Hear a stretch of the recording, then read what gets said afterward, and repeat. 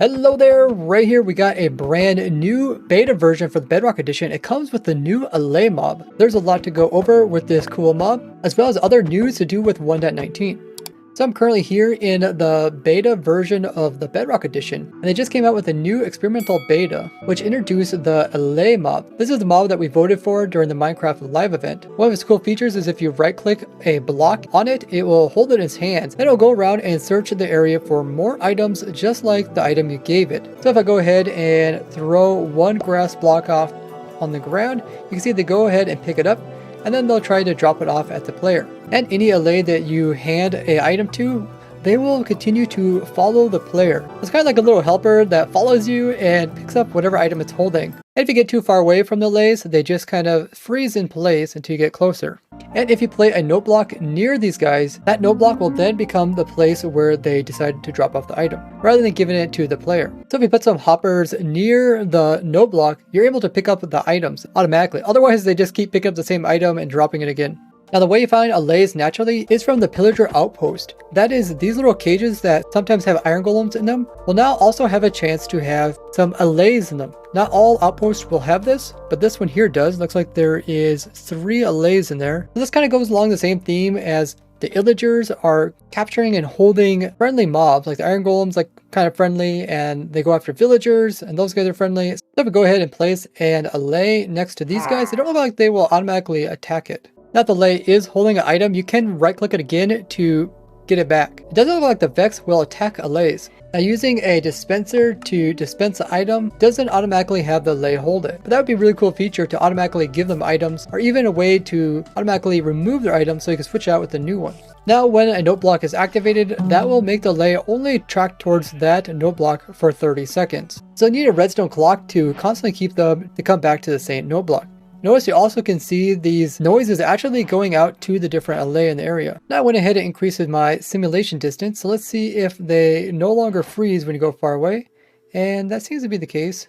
Now this is still early development, so they'll probably add in much more features, but currently they would be really nice just to have around the player as you're walking around. You could be collecting resources and you don't necessarily have to pick them up.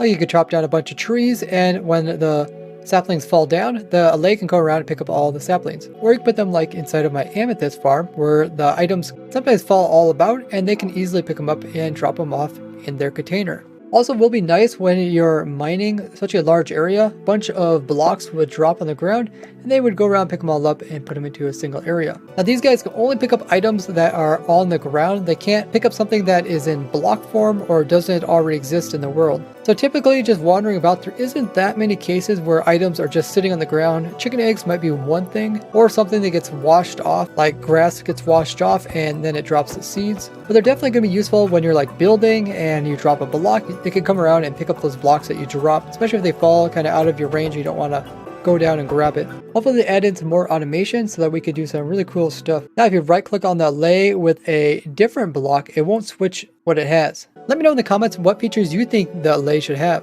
So if we give an allay an enchanted book, will it pick up a different type? Let's go ahead and throw down this one, which is different than the other one, and let's see if he picks it up. Yep, it looks like he is able to pick up different types. And I was actually given the correct one back. Let's go ahead and give him a piece of sand, and now we'll drop a red piece of sand. And it's able to pick it up. It's pretty cool. So we definitely can use these guys to sort out unstackable items, the ones that are difficult to sort out. But it seems like we won't be able to sort out specific types of enchantments unless they change these guys. I gave this allay a allay egg. It's out looking for more allay eggs. So I gave this guy a strength potion, and if I drop a different type of potion, which is weakness, he is able to pick it up and return it to me. So it seems like it's going to be kind of general what these guys can do. Nothing specific, like not specific enchantments on a sword, or a specific type of something, or color of something. So let's try wool. Yep. Different colors, he returns it to me. This also could change the way that we actually design farms, because we don't have to always concentrate on the best way to collect items. We get different ways to kill mobs or produce items that are difficult to collect and just have the allay come in and pick them up. But we're going to be limited by how fast these guys pick up and drop off items, as whenever you use entities to do stuff, they are much slower than using hoppers and other methods. So I got a lead, and it looks like you can't actually leash these things. And they are able to ride boats as passengers. Let's go ahead and drop an item while it's inside the boat. Now let's go ahead and kill one of these and see how much health it has. It has very little health and it doesn't look like it drops anything except for the item it's holding. And it doesn't appear these guys can go through walls like Vex can. Now if we drop a whole bunch of items, he can only pick up some of them, but it looks like he can pick up groups of them. So if we drop a whole bunch of items, notice that he will pick up a glob of them. So if we spread out these items, you can see he just tries to pick up them one at a time and then return them, rather than picking them all up and then return them, being a little more efficient. There's also this known glitch here where he has one item already in his inventory and he tries to pick up a different type. And he's unable to because he already has his slots filled.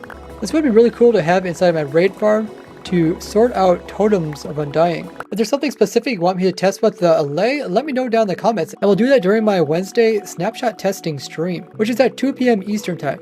Now in this Bedrock Edition beta, they also came out with some of the changes that we've seen to the Java Edition to do with the sculk blocks as well as the darkness effect. The water isn't here for beta yet.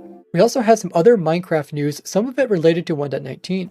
If you've been keeping up with Minecraft news, you will know that this last weekend was supposed to be the release date for the Minecraft movie, but it didn't actually come out on March 4th. This is due because of the COVID pandemic. They actually pushed it off a bit, and there is now not a known date in which it will be released. It is being produced by Warner Brothers, but besides that, there's not too much that's known about it. We also got some more images of tweaks that are being made to the deep dark biome. Here you can see all the sculk blocks over here. In the distance, you can see it's clashing with this lush caves, which is making this cool look. We could also see this in this image here, how the natural sculk growth in the deep dark biome is more kind of smoother and organic and less like clumpy. In the very center, it's a little bit difficult to see, but there is a fossil that's being exposed. It is mentioned that they're testing to see if fossils being in the deep dark is something that brings a little more life to it. I definitely think the fossils are making it look nicer. But what do you guys think? In last week's video, I discovered that Ulruf was leaving secret messages on sticky notes that were in the standard galactic alphabet, the same one used in Minecraft enchanting tables. And he was putting these sticky notes inside of his in real life photos.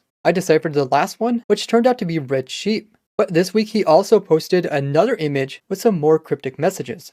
So I deciphered this one, and it reads Allay Unleashed. Allay is a new mob that's coming out in 1.19, and it has some really cool properties, like being able to give it items and then it goes out and picks up items of similar type in the area. Now the second word, unleash, can mean a couple different things, such as that Allay is free to do whatever it wants, or it could be hinting at that it will be coming into the snapshot soon. But the word unleashed also has a Minecraft kind of theme behind it, and that is the word leash. Since you can actually lead things to fence posts in Minecraft, unleash means that you'll not be able to leash them up to anything.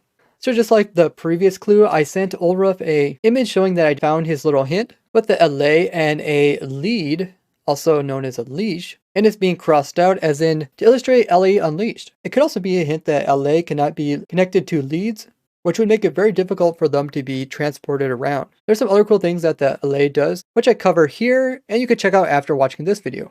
Now where the last hint was red sheep, which wasn't really a reference to 1.19, this is clearly a reference since it has the word Allay in it. But this isn't the only sticky note that is in this image here. We also see we got one over here as well as one over here. This one even has something that looks Minecraft related. Now both of these are in Hebrew, and I don't speak Hebrew, so ask some of the viewers what this translates into. And Mark got back with me with the translation for this one here, which when translated says, "Hello, Razeworks," which was a really cool surprise. And if we look at this little character here, this is actually my avatar known as Gordy. It's a pumpkin head with a leather tunic. So really cool to have a secret message that says hello to me. And this most likely is a reference to me being the first person to notice his cryptic messages. Ulruf is a really cool person. I love talking to him. He does stream, so you guys can check him out. I'll have his link down in the description.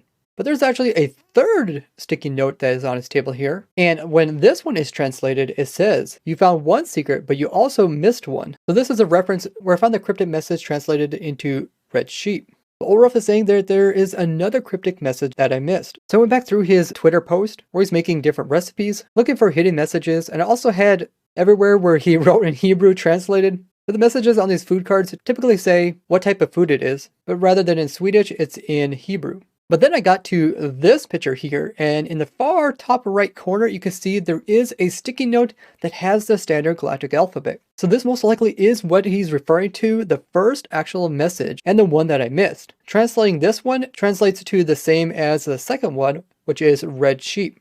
So probably nobody caught this one, and that's why he came out with a second image having the same message on it. It's very possible that we're going to have to collect all these different words that come on these sticky notes and rearrange them so they make sense. Some of you guys commented saying that you thought the red sheep was a reference to like the red herring, which means it's something that's misleading.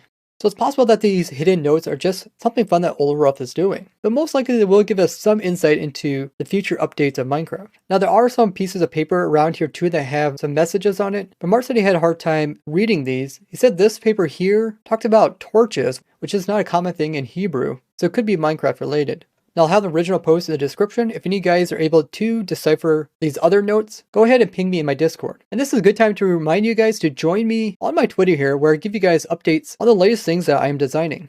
Also, the last date for voluntarily migrating your Java account into a Microsoft account is approaching. That is March 10th. Anytime after this, for any accounts that didn't migrate after its expiration date, you won't be able to play Minecraft until you upgrade your account first. You'll also be given the cape as an indicator that you did upgrade. But if you do miss the deadline, you don't lose like your account or anything, and once you do upgrade, you will be given the cape.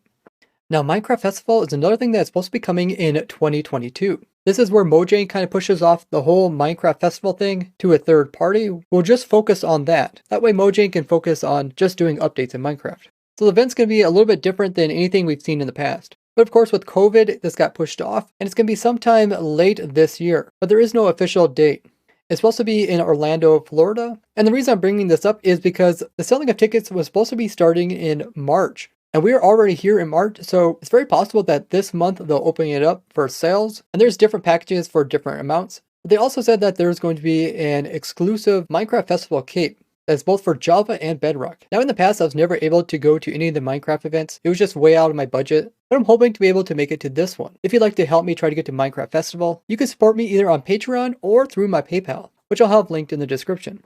We're also getting a new way to buy Minecraft, and that is a bundle. So coming this summer, you'll be able to buy Minecraft Java as well as Bedrock Edition as a Minecraft PC bundle. But there's also option to buy each one individually. They also promote their PC Game Pass here, where apparently you're able to play Minecraft without actually owning it, and that's done through a subscription-based payment. A lot of cool stuff to look forward to. Now check out this playlist all about cool things I came across during my testing, or this playlist about other cool things in 1.19. I'm really excited to design some new cool things with the Allay, so look forward to those videos. And in the meantime, make sure you leave a like as well as subscribe. I'd like to thank all you guys for watching, and I will see you guys in my next video. Bye bye!